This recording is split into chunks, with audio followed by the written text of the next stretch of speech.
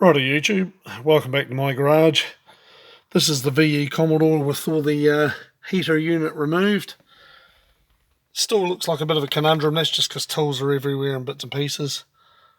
There's only 4 bolts holding the steering wheel up in place, and some bolts that hold the bar crossways, 2 bolts up by the windscreen that drop down into place. And what's going to happen is we'll cut these out, cut those tags, cut that tag off there, and probably cut a couple of wee tags off the other side there. Disc or flap disc in, and then we'll mount my gauge holders on that bar. And it's automated gauges. I've got a tacho or 5-inch monster tack, and we've also got oil, temp, volts, water, and all that sort of stuff. Obviously the shifter, still got to run the cord through, but we're so much further ahead now. This has been a fairly big job. I actually haven't damaged any of the heater unit or the actual dash. Pulling it out was a lot easier than previous cars I've ever worked on. It looked like it was going to be quite difficult, but it was quite straightforward, to be honest. Just got to take off a couple things off the bottom of the steering wheel, drill out the column to remove the steering lock and remove the steering wheel itself, because it's got an airbag and I'm not going to be running an airbag system in the car.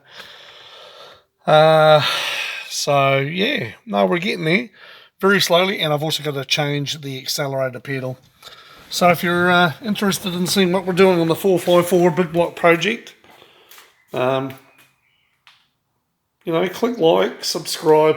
I know I haven't done videos for a little while, but this is as good as it gets at the moment, guys. Money's been a big issue. We're slowly getting there now.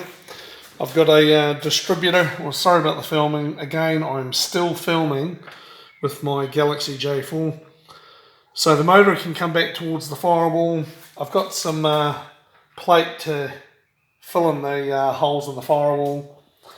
I've got a short water pump which has come back more than 40 mil, and the whole motor has got to go back about another 30 mil, so I can run the original radiator and transcore all in one setup. So 454 big block, old school Chev, full on drag car. That's all this car's ever going to be used for. It will be never on a public road ever again. I've removed all the window wiper mechanism and all that sort of stuff to make it easier.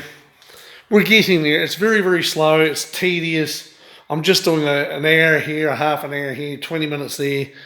Money's been a big issue, trying to get all these other bits and pieces and parts and bits and pieces, but pretty much I've got the majority. So I'll explain how I'm going to do the engine mounts on the next video, but this box steel here, 4mm plate, is what will be going over the body rails down in there. Sorry about the filming again, everybody. I really do apologise for this. I will improve my phone this year. So yeah, please let us know what you think. Click like, subscribe. Sorry about this. Pass it on. Yeah, let your friends know. To be honest, I'm thinking February, and we'll be ready to fire it up. So we're not far away at all now. It's just a few days here and there, just setting everything up. All the gauges will take me about 3 days, and that's it. They'll be all set up, ready to go. The MEST ignition module will be sitting there ready to roll. Yeah, we've got everything. We're just, and then we can fit whatever we're going to fit. And yeah, I do intend to remove the tow bar. There's no point keeping it. So yeah, been a number of years dreaming up, sort of like everyone else. Never really had the money. Life in general got in the way, and yeah, we're finally getting onto things. It's a bit hard when you're doing 3 or 4 cars at a time. This one here is really sort of taking a lot more of my attention in the last 8 months, but yeah, like I say, please click like, subscribe, tell your mates. I appreciate it. Thank you.